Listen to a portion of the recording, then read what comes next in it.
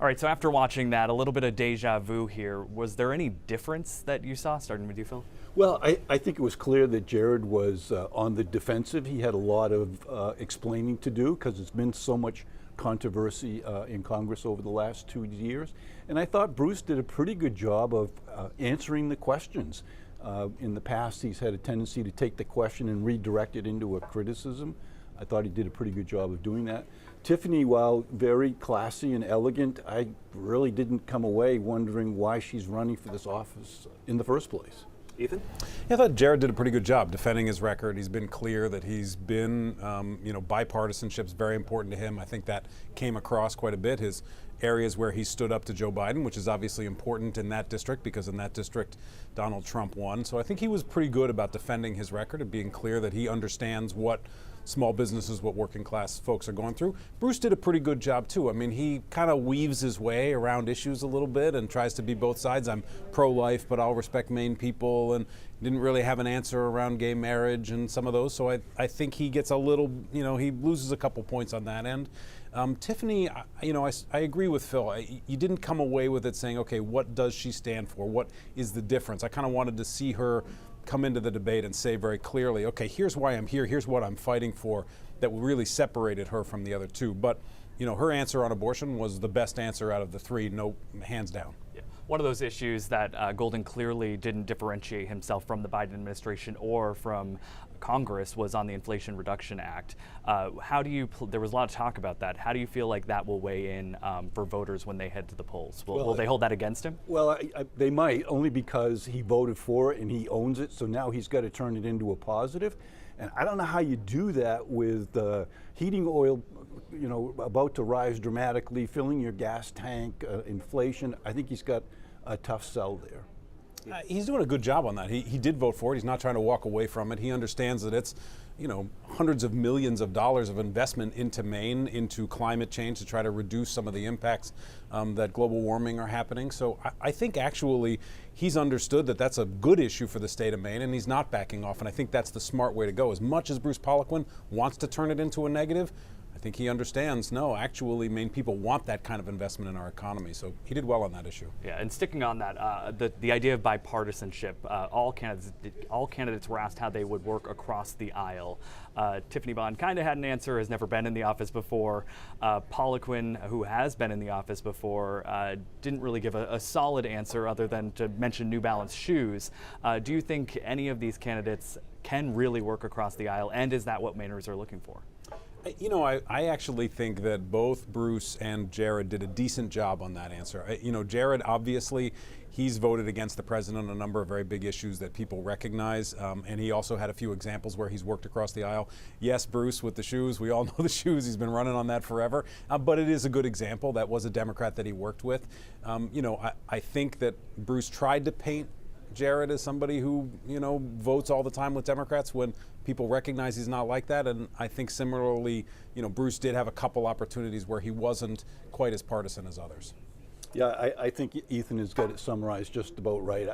If there was one distinction that I picked up on, it was how many times throughout the debate did Jared Golden mention the name of Senator Susan Collins? It tells me there's some polling going on there that says Susan's weight in the 2nd District is still pretty strong, and he's trying to carry on with that coattail. Yeah, that sticks. In the presidential race, you had voters who voted for Joe Biden and supported Susan Collins. Do you see that maybe playing out in a different way? Perhaps someone who votes to support Paula Page but votes for Jared Golden? I do, yeah, and I see it going the other way. I see people who might vote for Janet Mills and vote for Bruce Poliquin, and I think that's what makes the 2nd Congressional District of Maine unique.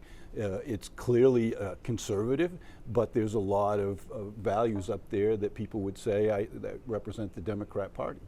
Yeah, the hardest thing that Jared has going for him is not his record, is not how well he represents his constituents. It's the demographics of that district. It is becoming more and more Republican, and I think that for him in that race, he may be the only Democrat up there that's going to win a race. I think Janet Mills is going to be very tough for her up there. I think she's going to win, but I think she's going to win down in CD1 where her margin will be much wider than what she will lose CD2 by. And I think Republicans will win more Senate seats up there, et cetera. So the demographics of that district are tough. he's doing a good job staying connected to his constituents and voting in a way that I think his constituents support. So I think that's why he's at the moment in the lead and likely will maintain it. Perhaps the outfit choice too this evening. Well, that's a really good point. I thought both, Bruce Poliquin, typically you would see in a suit, coat, and tie, sort of like what Ethan is doing tonight. Where's your suit And tie? here I am being a little more casual, but Yeah. Jared took it to a whole different level, right? He's got blue jeans on, flannel shirt, boots. I think at some point you have to show people that the office that you want to occupy, that you're willing to dress for it, so to speak. Yeah, I mean, I think it was fine. When I first saw it, I'm like, all right, well, this is who he is. This is what he looks like. This is how he dresses. He just wants to be in that same way. He doesn't want to put on any pretensions. That's okay. I mean, Bruce usually wears a tie. Didn't wear a tie today. So, but, I thought it was fine. He is who he is, and people are going to take him or leave him for that.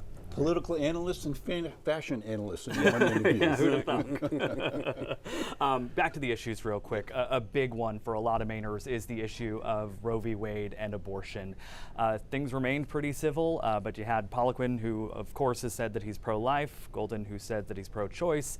Do you think that that's going to be a key sticking point when voters head to the polls?